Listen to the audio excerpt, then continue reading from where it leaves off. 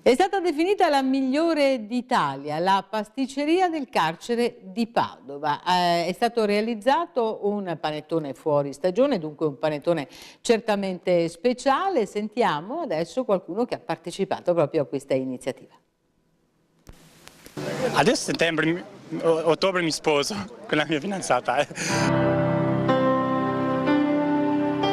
Ha intenzione anche di aprire una pasticceria? Sì, sempre un bar, pizzeria e pasticceria.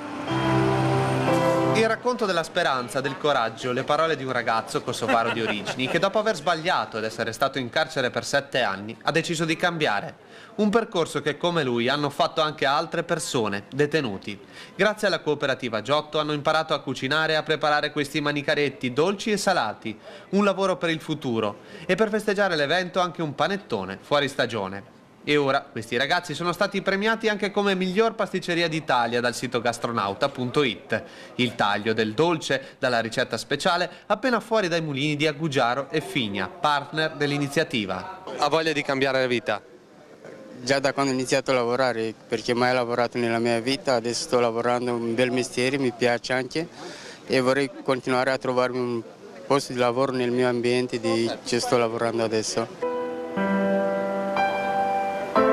Non più noi che andiamo in carcere a riconoscere il valore dell'impegno del detenuto che lavora, ma il detenuto che fuori dal carcere incontra la società civile. I ragazzi della cooperativa Giotto hanno poi visitato gli stabilimenti dei mulini Agugiaro e Figna, hanno potuto ammirare i macchinari di nuova generazione per produrre le farine che serviranno per le nostre pizze e per il pane che compriamo tutti i giorni.